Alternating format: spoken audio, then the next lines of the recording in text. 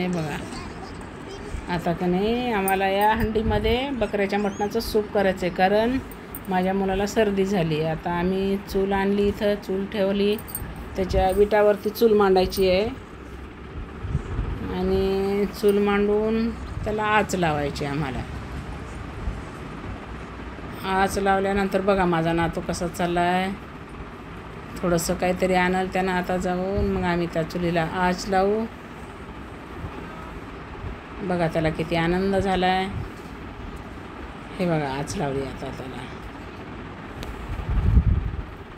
चुलीला आच लावल्यानंतर किती छान वाटते बघा बरं.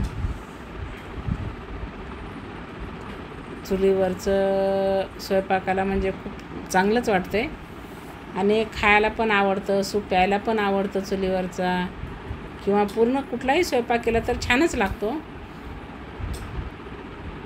हे बघा चुलीला आच लागली. संध्याकाळच्या टायमाला तर खूपच छान वाटते चुलीला आच लावल्यावर, आणि संध्याकाळची वेळ पण असते तर एवढं मस्त वाटते. नसल्यावर खूप करमते, कारण झाडं लावलेली आहेत आजूबाजूला बकेटीमध्ये, झाडं पण छान दिसतात. हे बघा किती छान आज दिसते का नाही चुलीला. आता मटण धुवायचं आणि आता त्याच्यामध्ये टाकायचं थोडंसं. हे मटण धुतलं बघा, आता मुलगी धुवायला लागली, धुवून घेतलं आता, स्वच्छ धुतलं बघा.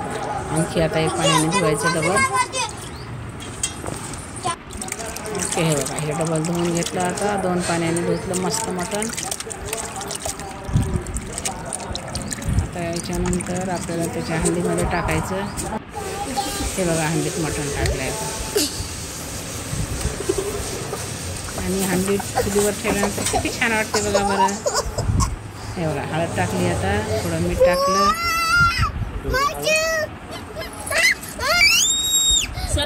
आता थोडासा कांदा कापला, कांदा टाकायचा त्याच्यामध्ये झालं, कारण चवीला छान लागतो कांदा टाकल्यानंतर. त्या बकऱ्याच्या मटणाचा सूप खूप मस्त लागते.